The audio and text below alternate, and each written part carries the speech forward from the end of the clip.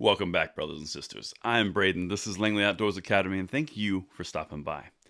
All right, guys, I have another notch in our belt for victory this year on the Second Amendment front. As you guys know, every single night, and a lot of the times during the day as well, we spend a few moments together talking about how we're going to drive the Second Amendment forward and pass it on to the next generation. And this is no different because Louisiana just took a step and followed Texas, all around kicking JP Morgan right in the wallet. Now, this is important, guys, because we talked about this when Texas did it. Texas is the first one to do it. They led the way on punishing JP Morgan for their gun policies. And now Louisiana has done it, and that's the way these things happen, bit by bit, and all of a sudden you have a swell. This is important. Let me know what you guys think in the comments below. I want to hear from you, and the link is also down there as well. But let's dive into this because this is massive, guys. This is how you win, and you take the bites out of an elephant, bite by bite. Louisiana bars banking giant from bond deal over gun policy. This is from the AP. Okay, so this is a pretty big newspaper. Baton Rouge, Louisiana.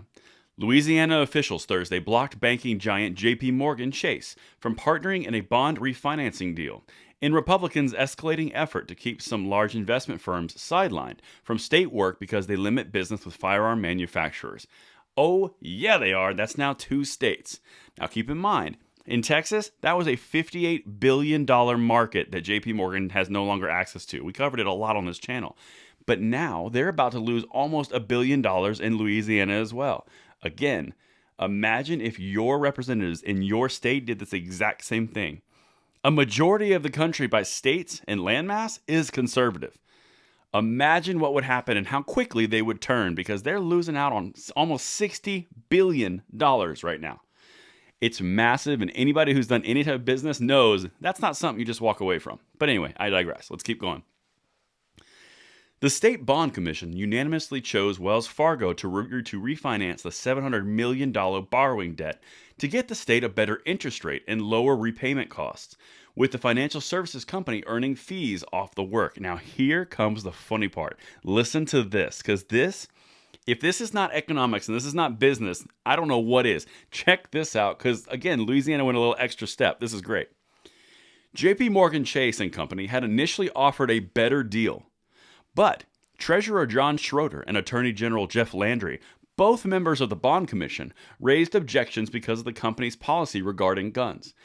I'm not selling our Second Amendment rights to corporate America, said Schroeder, a Republican eyeing a possible bid for governor in 2023 and a commission chairman. Good, hope he gets it, because he's dead right. These banks and these woke corporations are trying to influence the culture by a big old hammer, and they are getting a pushback right in the teeth, and that I love so much. The other piece here is JP Morgan Chase and Company offered a better deal originally, but guess what Wells Fargo did? And this is where competition comes in. This is incredible. The refinancing of gas and fuel tax bonds is expected to save the state around $40 million. Wells Fargo lowered its fee rate to match what JP Morgan was offering, so the deal won't cost any more by choosing one over the other, according to Layla Folse, director of the Bond Commission. Translation: JP Morgan, anti-gun, so they had a strike against them. They came into the negotiating table and said, we have a better deal than Wells Fargo. Wells Fargo goes, well, you know what? We'll match that deal, but we don't have a policy against guns. And Louisiana went, they've got a good point. JP Morgan, pound sand. You just lost another $1 billion. That's how you do this.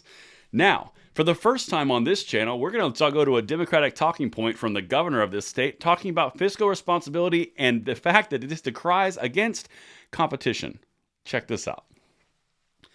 Though Democratic Governor John Bel Edwards' administration agreed to choose Wells Fargo for the refinancing work, the governor's top lawyer, Matthew Block, said it was poor policy to disqualify JP Morgan for a private business decision unrelated to the work in Louisiana. Really? But Block said sidelining JP Morgan and 2 other of the nation's largest banks in prior financing arrangements will lessen competition for such work in future deals and could cost the state more money because fewer investment firms will be competing. So now the Democrats, because they encourage this wokest behavior from corporations, the corporations are now no longer taking part in financing and business opportunities in the state. And now they're saying, but we're going to lose money, and it's fiscal responsibility that's so crucial. And this goes against competition, which will cost us more.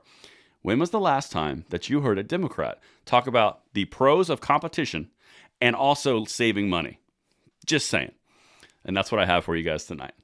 Let me know what you guys think in the comments below, and I will see you on the next one. I'm Braden, signing out.